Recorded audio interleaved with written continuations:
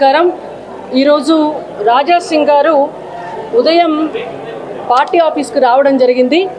రాష్ట్ర అధ్యక్ష ఎన్నికలకు నామినేషన్లు స్వీకరిస్తున్న సందర్భంగా వారు వచ్చి ఇక్కడ ఈ ఎన్నికల అధికారి ఎవరైతే ఉన్నారో శ్రీమతి శోభా కరంద్లాజే గారికి నామినేషన్ పత్రాన్ని ఇవ్వడం కొరకు వారు రావడం జరిగింది.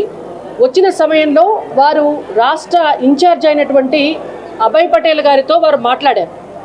వారు మాట్లాడితే అభయ్ పటేల్ గారు చాలా స్పష్టంగా వారికి ఇది ప్రజాస్వామ్యబద్ధమైనటువంటి పార్టీ, ఈ పార్టీలో ఎవరైనా కూడా నామినేషన్ వేయవచ్చు, వెళ్ళి మీ నామినేషన్ మీరు దాఖలు చేయండి అని చెప్పారు.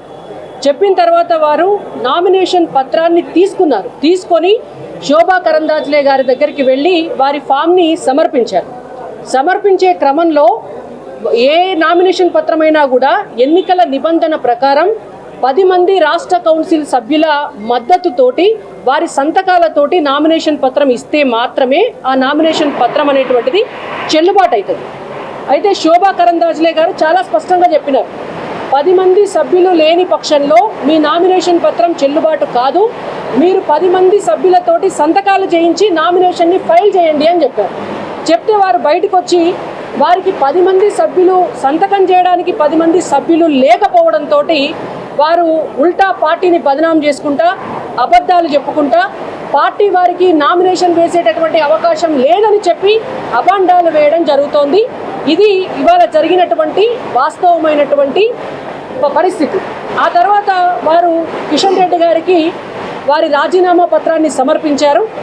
వారి రాజీనామా పత్రాన్ని కిషన్ రెడ్డి గారికి ఇవ్వడం చేత కిషన్ రెడ్డి గారు జాతీయ అధ్యక్షుల వారికి వారి రాజీనామా పత్రాన్ని పంపిస్తున్నారు. ఎందుకంటే వారు ఎమ్మెల్యే కాబట్టి వారి రాజీనామా పత్రాన్ని జాతీయ అధ్యక్షులు అంగీకరించవలసి ఉంటుంది.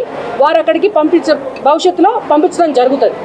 ఒకవేళ నిజంగానే రాజా సింగ్ గారికి రాజీనామా చేయాలి వారి ఎమ్మెల్యే పదవికి అని ఉంటే వారు డైరెక్ట్గా వారి రాజీనామా పత్రాన్ని స్పీకర్కి సమర్పించుకోవచ్చు.